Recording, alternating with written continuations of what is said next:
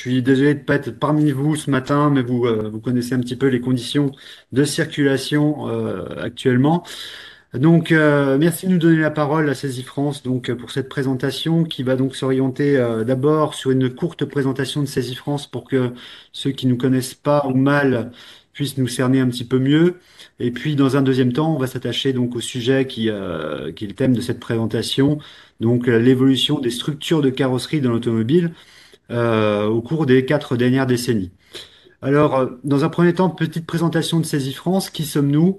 Alors, Saisie France a été créée en 1997 par MAF et Groupama, grossièrement, hein, pour répondre à un certain nombre de demandes. Donc, c'est un centre de recherche, Saisie France, hein, qui compte aujourd'hui 31 collaborateurs et qui a donc eu plusieurs missions à effectuer. Principalement comment dire, des missions qui tournent autour de l'accidentologie, de la recherche en réparation automobile et de la formation.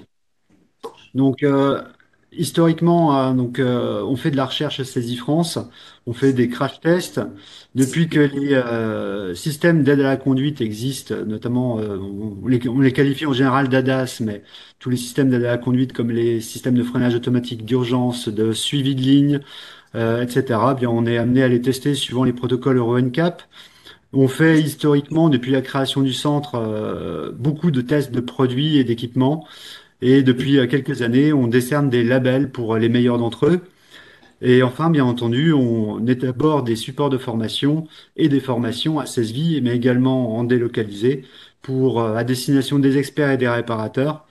Alors, des formations qui peuvent aborder tous les sujets, réparation mécanique, réparation électronique, carrosserie, peinture, smart repair, etc., qui peuvent être habillés à la carte en fonction des demandes. Et notre dernier secteur de spécialité, c'est l'accidentologie routière.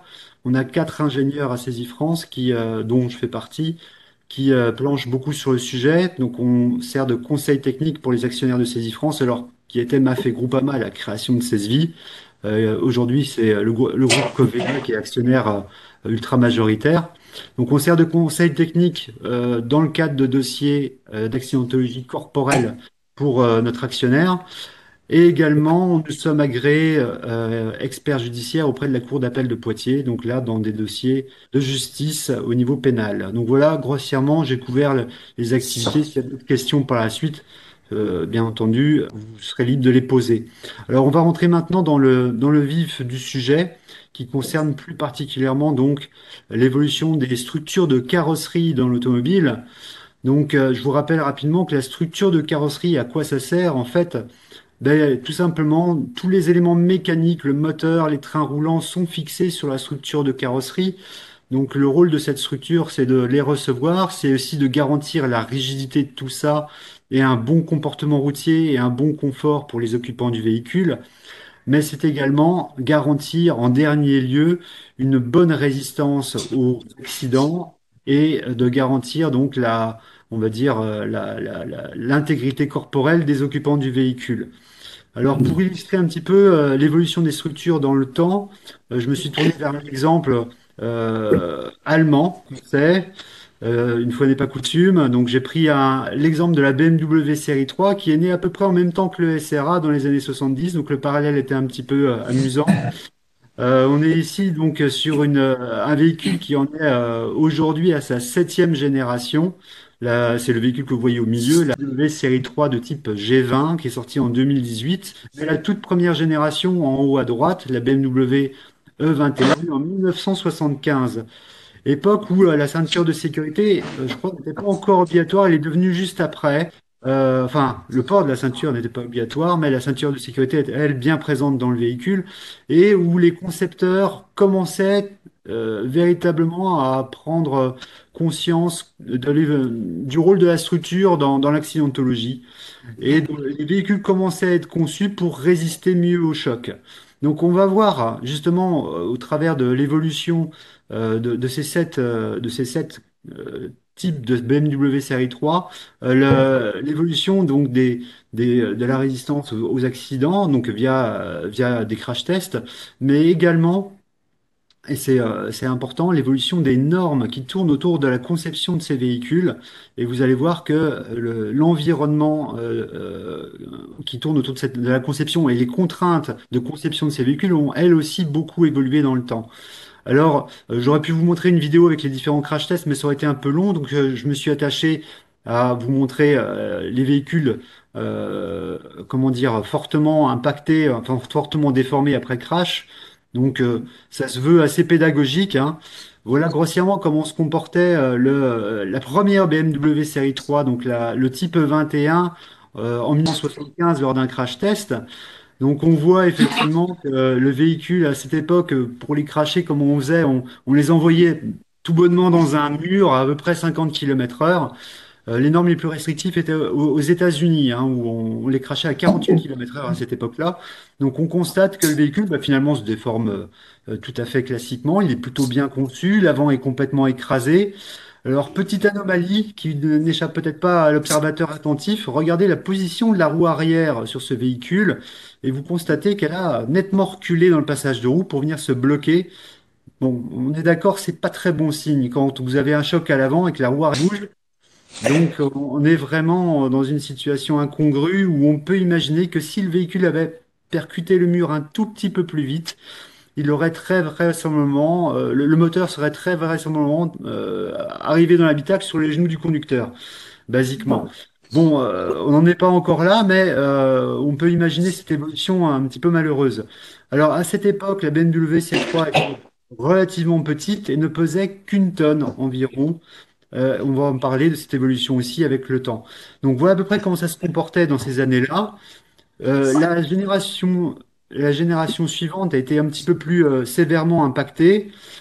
C'était dans les années 80. La norme de crash avait évolué. Crash test toujours dans un mur. Cette fois-ci à la vitesse de 56 km/h. Et on constate que là, le véhicule souffre beaucoup. L'avant est complètement écrasé et on constate que les déformations, si vous regardez ma petite flèche de souris, elle se balade au niveau du pavillon et vous constatez qu'effectivement, il est en souffrance. Le siège est complètement, comment dire, ses fixations sont rompues, le conducteur finit dans le volant. Bon, c'est un petit peu dramatique et effectivement, la sévérisation de la norme de crash avec une augmentation de la vitesse dans le mur a bien amoché le véhicule. Donc, ceci a conduit tous les constructeurs automobiles à faire évoluer la rigidité de leur châssis ou de leur structure, si vous préférez, de manière très importante au cours des années 80. Les airbags sont également apparus dans ces années-là, notamment sur la génération suivante concernant cette BMW. Et l'accidentologie routière dans les années 70 et 80 était telle que des scientifiques ont beaucoup planché sur le sujet et ont fait des groupes de travail pour améliorer la sécurité des véhicules. Ces groupes de travail ont abouti dans les années 90 à l'élaboration d'une nouvelle norme, un choc à 64 km/h qui a fait beaucoup de bruit à l'époque puisque malheureusement, il a concerné la BMW série 3 suivante. Ce choc à 64 km/h n'était plus effectué directement dans un mur, mais dans une barrière déformable que vous pouvez voir ici sur le côté gauche de la photographie. Et cette barrière ne recouvrait que 40% de la face avant du véhicule, c'est-à-dire que, en gros, le choc avait lieu à l'avant gauche. Les dommages étaient concentrés sur la partie gauche du véhicule et non sur la totalité de la face avant. Et donc, c'était beaucoup plus sévère comme crash test que le crash test précédent. Alors évidemment, tous les véhicules étaient conçus pour le crash test précédent. Quand ce nouveau crash est apparu, il y a eu énormément d'échecs et vous voyez que la classification Euro NCAP du véhicule à l'époque était de 2 étoiles, puis dégradée à 1 étoile, puisque la cellule de l'habitacle est tellement comprimée. Vous pouvez voir notamment au niveau du pavillon, du montant de pare-brise et de la porte avant qu'il y a un gros souci. Euh, pour vous donner un ordre d'idée, l'espace pour le conducteur est réduit d'environ 25 à 30 cm dans cette zone-là. Donc vous avez vos chances de survie après un choc sont très impactées. Alors bien sûr, BMW a réagi. Alors le choc ici a eu lieu en 1997. Ils n'ont pas eu beaucoup de temps pour réagir puisque La génération suivante de BM série 3 est sortie en 98. Ils n'ont pas pu optimiser tout. Néanmoins, le véhicule suivant qui est apparu a réglé pas mal de problèmes. Vous pouvez constater que sur ce véhicule-là, la cellule de l'habitacle est parfaitement préservée. La partie avant du véhicule se déforme de manière programmée, de manière correcte. Les airbags se déclenchent à bon escient. Donc tout va beaucoup mieux. Les blessures au mannequin sont beaucoup limitées et la note décernée de 4 étoiles Euro NCAP est en accord avec est conforme avec les standards du moment. Et toutes les BMW série 3 suivantes auront 5 étoiles Euro NCAP, c'est-à-dire la note maximale, puisque ces aspects seront très travaillés sur les évolutions suivantes. Alors, on va par la suite rentrer vraiment dans les détails de construction de ces véhicules et vous allez voir pourquoi. Eh bien, à partir de 98, on a vraiment une nette amélioration des résultats de crash test parce que tout simplement, il y a une nette augmentation de la construction du véhicule. Alors, je vous ai parlé du poids de la première BM série 3, elle faisait à peu près une tonne. Celle-ci, 98, elle fait maintenant une tonne 3. Il y a donc déjà eu certes un accroissement de la taille de la carrosserie, mais 300 kilos supplémentaires, 300 kilos qu'il faut bien entendu gérer au niveau du crash test, puisque c'est 300 kilos à encaisser également. Donc ça nécessite une grosse amélioration de la structure. Remarquez quand même cette petite déformation dans le bas de caisse ici, qui indique bien que si on avait tapé un petit peu plus vite, eh bien, les portes seraient restées coincées et on n'aurait pas pu sortir ou accéder facilement aux occupants du véhicule. Donc on est vraiment à la limite que peut encaisser ce véhicule, limite qui, sur le véhicule suivant, bah, vous voyez, sera repoussé, puisque là, les déformations s'arrêtent avant le bas de caisse. 5 étoiles Euro NCAP, donc vous sortez blessé léger d'un véhicule à cette vitesse, 60 km/h, je vous le rappelle si je ne l'ai pas déjà précisé. Une masse de 1360 kg pour ce véhicule. Des airbags latéraux qui ont fait également leur apparition pour mieux protéger en cas de choc latéral. Et puis donc, comme je vous l'ai dit, je peux passer un peu plus rapidement sur les modèles suivants, puisque à partir de ce moment-là, les BMW vont tout avoir 5 étoiles Euro NCAP. Donc ici, le modèle à partir de 2011, donc vous voyez que la partie avant, de nouveau, se développe, se déforme bien. La partie centrale du véhicule est parfaitement préservée, ce qui veut dire que les occupants sortent librement du véhicule après un choc d'une violence extrême. Et il en est de même sur la BMW, pardon, je bafouille, de dernière génération, la G20, donc qui roule encore aujourd'hui, qui pèse un petit peu plus lourd, elle aussi. Alors la F30 comme la G20 pèsent à peu près toutes les deux dans les 1450 kilos en modèle de base. Alors l'inconvénient pour la G20 qui est présenté ici, c'est que un certain nombre de versions de ce modèle-là sont hybrides ou hybrides rechargeables et emportent en plus une batterie. Et donc en fait la masse pour la version hybride est plutôt de l'ordre d'une tonne 8. Et donc la caisse, la structure de caisse est conçue en fait pas pour encaisser une tonne 5, mais une tonne 8. Et on va le voir juste après dans la manière dont la caisse est conçue. Elle est de fait beaucoup plus rigide que le modèle précédent. Alors, voilà, le crash test, c'est assez basique, mais en un coup d'œil, on voit qu'effectivement, il y a eu une sacrée évolution sur la protection des occupants. Et on ne peut pas tout attribuer, bien entendu, notamment la baisse du nombre de tués sur les routes à cette évolution des structures, hein. Il y a eu aussi eu une baisse des vitesses de circulation qui a joué son rôle, mais on ne peut pas dire que l'évolution des structures n'a pas joué un rôle fondamental dans la baisse de la mortalité routière.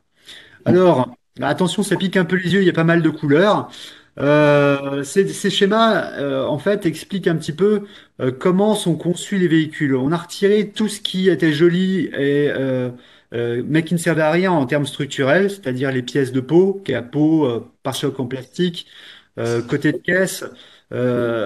Bon, c'est ce qui fait l'esthétique du véhicule, mais qu'est-ce qui fait véritablement le rôle structurel du véhicule? Qu'est-ce qui assure le comportement routier, la structure, la résistance aux impacts du véhicule? C'est sa structure, son ossature, si vous préférez.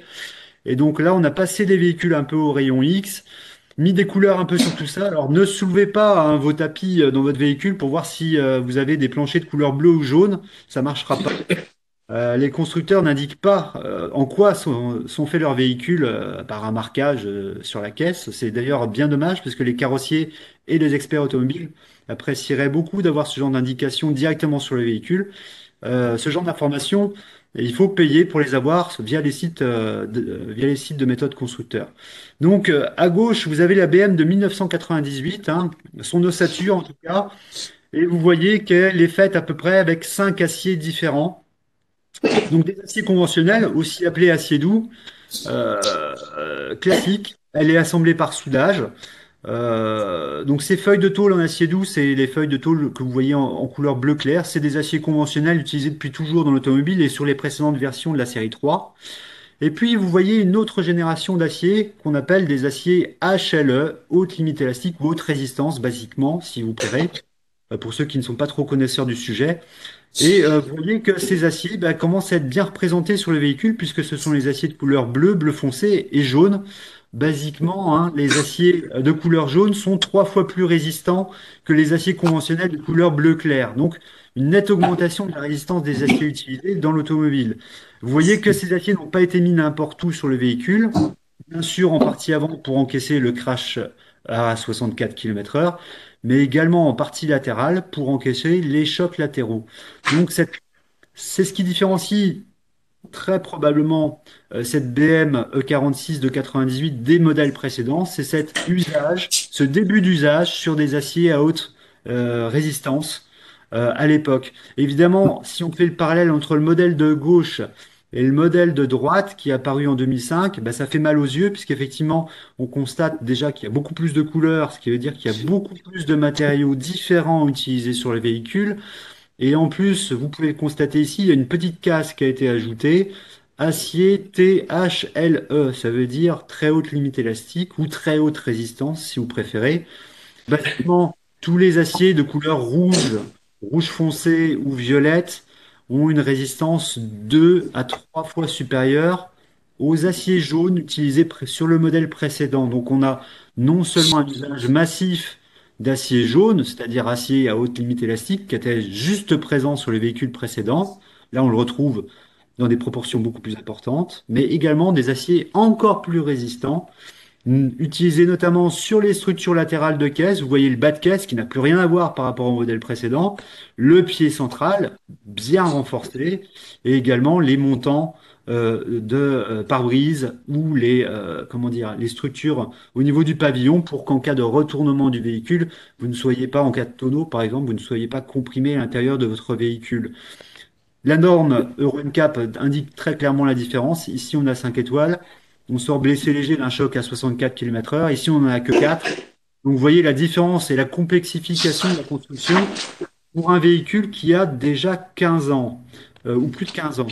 Euh, Toujours essentiellement soudé, hein, puisqu'on n'a que de l'acier sur ce véhicule-là. Alors passons rapidement sur les deux générations suivantes. Alors attention, effectivement, ça pique les yeux. Il y a de plus en plus de couleurs, ce qui n'est pas bon signe, parce que ça veut dire qu'il y a de plus en plus de matériaux différents qui sont utilisés. On est passé d'une dizaine de nuances d'acier à 11 ou 12 nuances d'acier sur le modèle de 2012. Là encore une case supplémentaire, vous voyez la case apparaître, acier UHLE. Donc UHLE, ça veut dire ultra haute limite élastique. Alors c'est bien pour le constructeur puisque en utilisant des aciers encore plus résistants que les générations précédentes, il va pouvoir en mettre un peu moins. Quand on utilise un matériau plus costaud, on peut en mettre moins pour avoir la même résistance. Ça, c'est intéressant. Il y a des fois en faisant ça. Mais ces matériaux sont encore plus durs, encore plus résistants et peuvent commencer à poser des problèmes aux réparateurs qui doivent intervenir sur les véhicules. Donc ces matériaux, on les retrouve essentiellement en structure latérale de caisse. Pour vous donner un ordre d'idée, ils sont à peu près 25% plus résistants que les meilleurs aciers THLE qui étaient utilisés avant. Donc on commence vraiment à avoir des matériaux qui vont poser problème aux réparateurs dans la réalité du quotidien. On constate également qu'il y a des aciers THLE maintenant sur les blocs avant et les blocs arrière. C'est-à-dire que le véhicule est encore plus rigide et plus protecteur en cas de choc avant.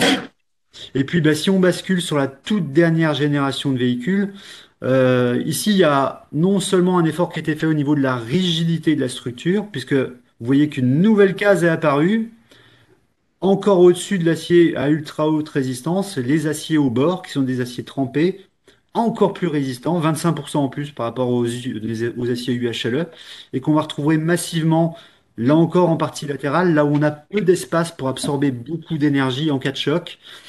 mais également en partie avant au niveau du tablier moteur, du passage de roue, de la partie centrale. Alors pourquoi mettre des aciers aussi résistants dans ces zones-là? Eh bien, sur cette BM série 3, je vous rappelle qu'il y a des batteries de traction. Il y a des BM série 3 hybrides, donc des batteries qui vont alimenter un moteur électrique pour faire avancer le véhicule. Et ces batteries au lithium ne doivent absolument pas être endommagées en cas de choc. Situées fort logiquement sous le plancher, eh bien, ces batteries, elles sont protégées par des renforts de caisse en acier à ultra haute résistance. Alors ici, il y a un effort d'allègement notable qui a été fait par rapport au modèle précédent de 2012. Presque 50 kilos ont été gagnés sur le véhicule. 50 kilos aussitôt consommés par la présence de la batterie de traction qui pèse à elle seule 200 kilos ou 250 kilos. Mais néanmoins, cet effort d'allègement a été ici fait par l'incorporation de pièces en aluminium sur la structure de caisse, puisque vous voyez que le bloc avant a des longerons en aluminium, des chapelles d'amortisseurs en aluminium, les ailes sont en alu, les capots sont en aluminium, un certain nombre de pièces permettent comme ça un gain de poids notable et un maintien d'un haut niveau de performance structurelle, donc au niveau du crash test, puisqu'on a à peu près on a la même note. Donc voilà un petit peu cette évolution. Vous voyez surtout beaucoup de couleurs, ce qui veut dire beaucoup de matériaux différents. Et qui dit beaucoup de matériaux différents, notamment de l'aluminium et de l'acier, dit ben, des modes d'assemblage qui évoluent. On n'est plus seulement sur de la soudure, on peut être sur du vissage, du collage, du rivetage. Et cette complexification des modes d'assemblage, eh bien, on va la retrouver bien sûr chez le réparateur qui va être confronté à tout ça et lui-même ne s'y attendait pas vraiment. Et quand il démonte le véhicule, eh bien, il fait face à un certain nombre de difficultés. Alors, l'histoire pourrait s'arrêter là, mais elle se poursuit. Il y a un certain nombre de choses qui changent là au cours de ces années 2020, des contraintes notamment environnementales, mais également sécuritaires. Les contraintes environnementales, bon, on les connaît toutes, hein, on les connaît tous, pardon. C'est notamment ces contraintes sur le rejet de CO2 qui poussent les constructeurs à électrifier leur gamme. On est à peu près à 95 de CO2 au kilomètre aujourd'hui. On va passer à 80 grammes en 2025, ce qui veut dire que, pour ainsi dire, les véhicules 100% thermiques vont disparaître très rapidement. Et puis seulement 59 grammes de CO2 au kilomètre en 2030 en moyenne. C'est très peu, c'est inatteignable avec un véhicule thermique. Il faudra donc soit des véhicules électriques, soit des véhicules hybrides pour y arriver. Donc cette nécessité d'électrifier le parc, eh bien, donc d'avoir des batteries électriques sur le véhicule va nécessairement alourdir le véhicule puisque un réservoir à carburant, ben, c'est un réservoir en plastique pas très lourd avec grossièrement 50 litres de carburant dedans. Mais une batterie électrique qui offre une autonomie décente, c'est au minimum 250 kilos. C'est donc beaucoup plus lourd. C'est un alourdissement notable des véhicules. Au niveau sécuritaire, on a également une évolution des normes puisque la norme NCAP dont je vous ai parlé, 64 km/h, évolue elle aussi. Elle a évolué en 2020 vers quelque chose d'encore plus sévère. Et donc, du coup, les constructeurs sont obligés de faire évoluer leur structure pour répondre à cette nouvelle norme et ne pas voir leur note dégradée au niveau du résultat du crash corporel. Donc, euh, les véhicules doivent s'alourdir parce qu'ils doivent mieux résister au choc. Ils doivent s'alourdir parce qu'ils doivent recevoir une batterie de traction pour alimenter un moteur électrique.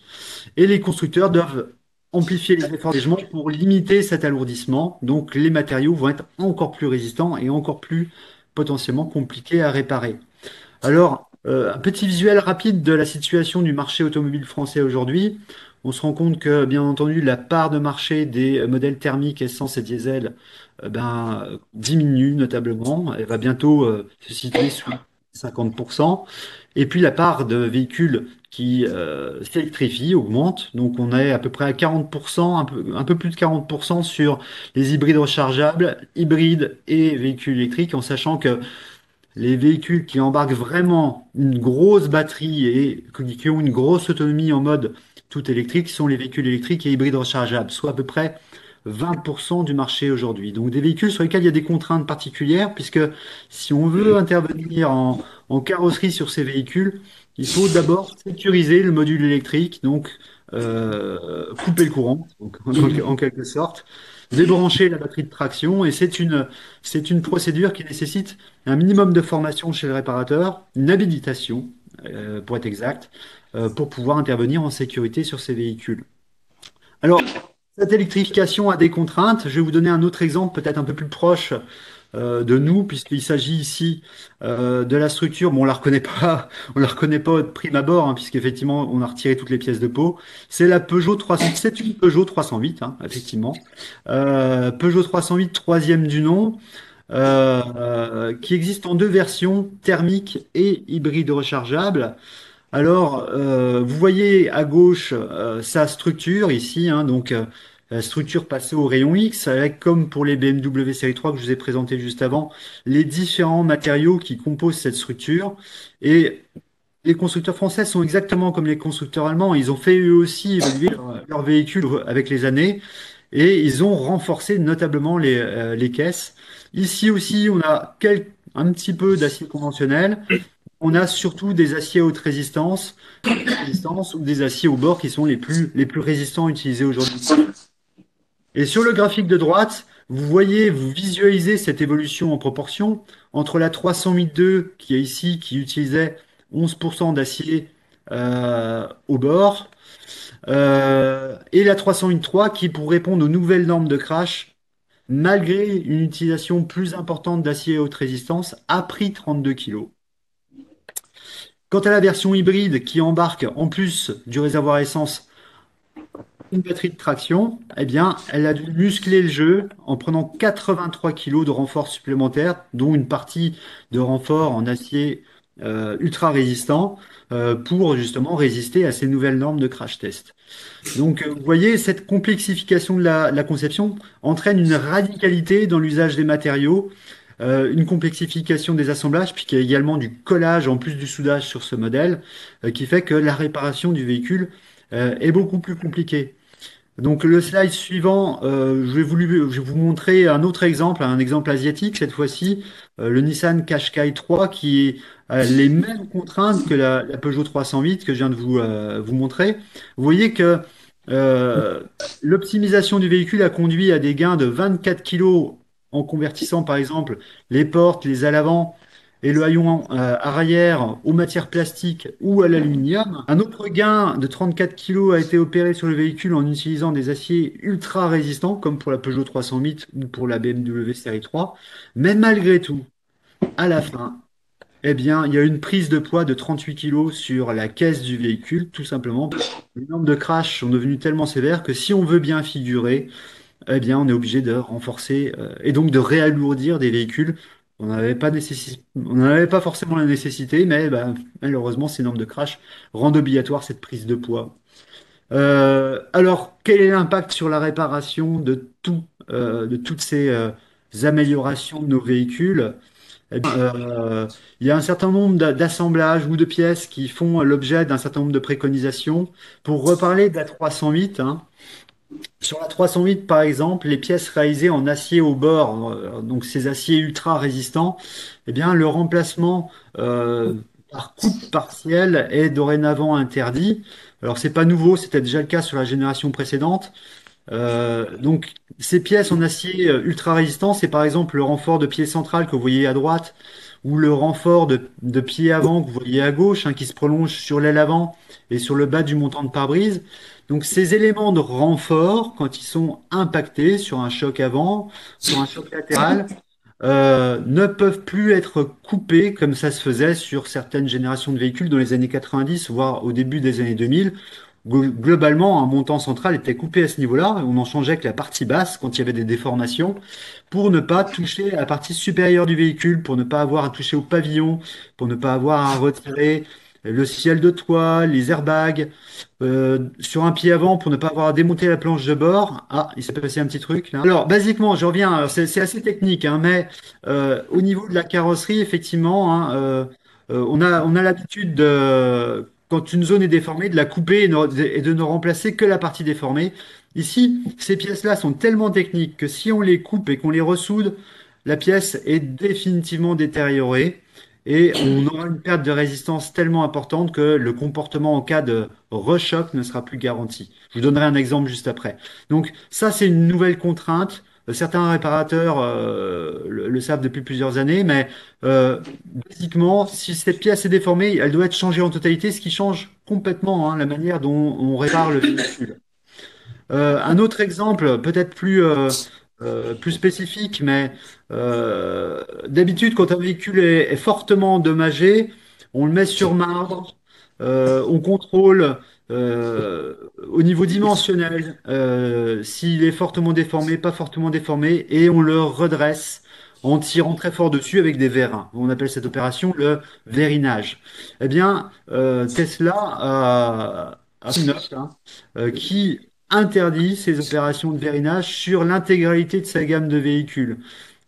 C'est donc aussi bien le modèle 3, qui est un modèle relativement diffusé dans notre pays, que le modèle Y ou les modèles S et X qui sont réalisés en aluminium. L'opération de vérinage est interdite. Pourquoi? Eh bien, parce que les différents matériaux, les différents assemblages ne supporteraient tout simplement pas ces opérations de vérinage. Donc ça oblige le réparateur Tesla quand il a mis son véhicule sur marbre, remplacer tous les éléments déformés sans pouvoir auparavant essayer de les redresser. Ce qui change complètement l'approche de la réparation telle qu'elle se pratiquait jusqu'à aujourd'hui. Alors justement, qu'est-ce qui se passe si on passe outre ces méthodes de réparation, ces directives de réparation, je dirais? Eh bien, un centre d'essai européen anglais a fait le test, hein. Ils ont craché deux Golf 7, dont les pieds centraux sont réalisés en acier ultra haute résistance, comme ceux de la 308. À gauche, vous avez un véhicule témoin qui a été craché en latéral, donc vous voyez que les airbags se sont déclenchés, que le véhicule est relativement peu endommagé une fois qu'on a retiré les portes. Et puis à droite, vous avez un véhicule qui a été réparé. Donc on a sectionné le montant central, on l'a ressoudé comme ça se fait en atelier. Mais malheureusement, en cas de rechoc, eh bien, la soudure ne résiste pas. La pièce n'est plus aussi résistante que d'origine et le montant se rompt. Ce qui fait qu'on a des intrusions dans l'habitacle qui peuvent être fortement dommageables pour la protection corporelle des occupants. Donc, très clairement, ces nouveaux matériaux, ces nouvelles techniques d'assemblage sont des freins à la réparation de nos véhicules. Et il faut complètement changer l'approche du véhicule, de la réparation du véhicule. Donc, grossièrement, si je dois résumer un petit peu cette présentation, eh bien, on a des nouveaux matériaux et notamment des nouveaux aciers qui augmentent la résistance mécanique et la rigidité des structures de carrosserie, ce qui est bénéfique pour notre protection corporelle et qui peut amener à des gains de masse. Mais malheureusement, le monde de la réparation fait face à quatre difficultés. Déjà, la soudabilité peut être diminuée. L'essentiel de ces véhicules est quand même soudé. Donc il faut adapter ces postes à souder pour avoir des postes plus performants pour continuer à pouvoir souder ces nouveaux véhicules. Le redressage peut être impossible ou interdit, ce qui va nous orienter vers le remplacement complet des pièces et donc plus de temps de main-d'œuvre et plus de temps de réparation. La séparation des pièces soudées en usine peut être difficile. On appelle ça le dépointage dans le jargon du métier, ce qui va obliger à faire évoluer les méthodes de séparation de pièces avec des abrasifs spécifiques ou des fluorocarbures qui sont beaucoup plus onéreux que toutes les méthodes de perçage et de meulage utilisées actuellement dans l'atelier. Et enfin, certains constructeurs ont recours à des méthodes d'assemblage spécifiques qui ne sont pas forcément maîtrisées dans les ateliers de carrosserie, comme le collage structural ou le rivetage, qui sont préconisés par exemple par BMW sur un certain nombre de modèles pour la aujourd'hui. Alors, toutes ces évolutions, en fait, nécessitent de s'informer et de se former. Il faut avoir accès à l'information. Les réparateurs, les experts doivent s'informer au maximum, prendre des abonnements chez des éditeurs qui vont leur donner accès à ces informations-là. Ils doivent également se former pour pouvoir intervenir sur les véhicules électrifiés et se former pour intervenir sur ces nouveaux aciers et sur ces nouvelles techniques d'assemblage. Donc Saisie France, mais pas que Saisie, bien sûr, fait partie des acteurs qui peuvent aider le monde de la réparation à évoluer au niveau des compétences et à s'informer de manière qualitative pour mieux intervenir sur ces véhicules. Donc voilà, j'ai à peu près terminé comment dire, ma présentation. J'espère qu'elle a été intéressante et que la qualité du son a été suffisante pour que tout le monde dans la salle puisse me comprendre de manière distincte. Voilà, j'en ai terminé. Je vous rends la main.